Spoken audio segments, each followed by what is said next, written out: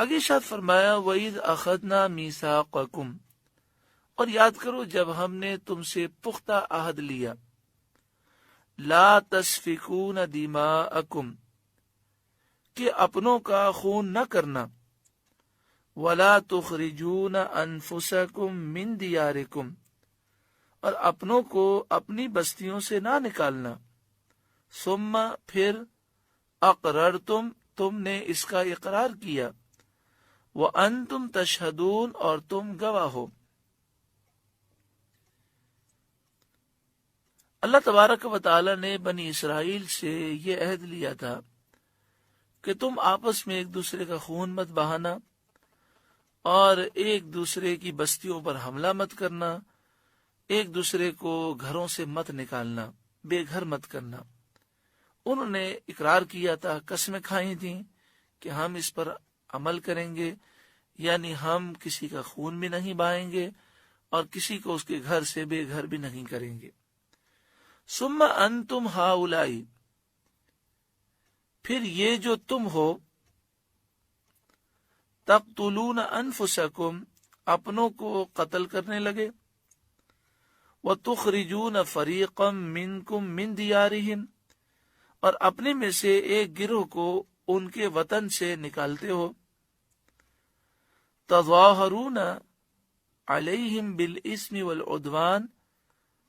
ان پر مدد دیتے ہو ان کے مخالف کو گناہ اور زیادتی میں،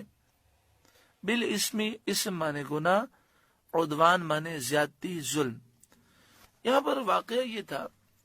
کہ مدینہ منورہ میں دو قبیلے تھے، اوس اور خزرج۔ تقریباً 120 سال گزر گئے، ان کی آپس میں لڑائیاں تھیں زمانہ جاہلیت میں۔ تو زمانہ جاہلیت میں 120 سال حضور کی آمد مدینہ منورہ میں ہوئی، اس سے پہلے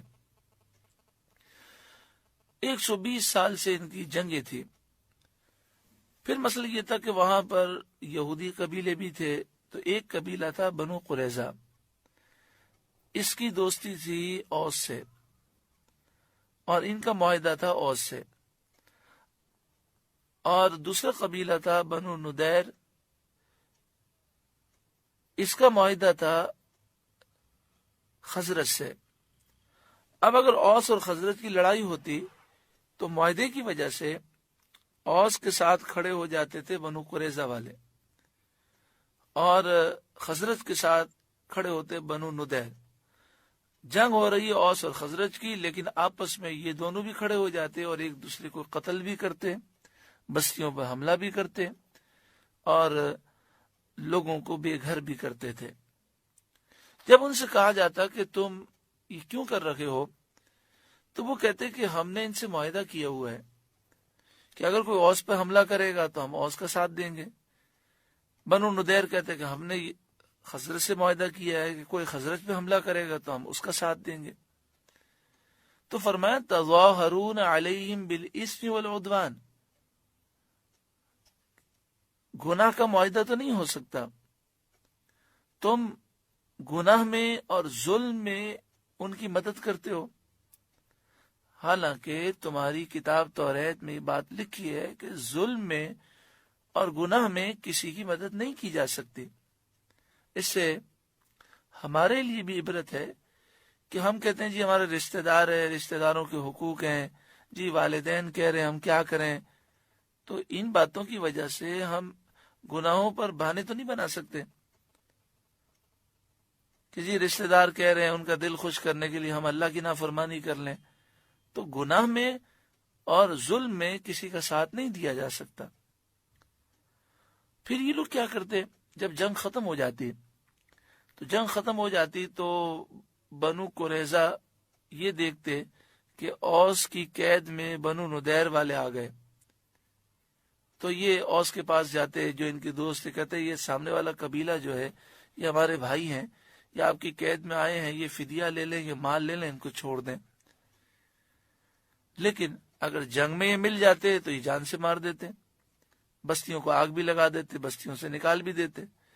تو ان سے پوچھا گیا بڑی عجیب بات ہے کہ تم بنو ندیر کو جنگ میں دیکھو تو جان سے مار دیتے ہو، ان کی بستیوں کو آگ لگا دیتے ہو، لیکن جب جنگ ختم ہو جاتی ہے تو ان کو چھڑانے کے لیے تو مال بھی خرچ کرتے ہو، ایسا کیوں کرتے ہو؟ تو وہ کہتے کہ بات یہ ہے کہ اللہ تعالیٰ نے ہم سے یہ عہد لیا تھا کہ اگر تمہاری قوم کا بنی اسرائیل میں سے کوئی اگر قید میں چلا جائے دشمن کی، تو تمہیں اس کا فدیہ دے کر چھڑانا ہے۔ تو ان کی اس نادانی کا ذکر ہے کہ اللہ تعالیٰ نے تو تینوں عہد لیے تھے، دو کو نہیں مانتے اور ایک کو مانتے ہیں، یہ کیسی عجیب بات ہے۔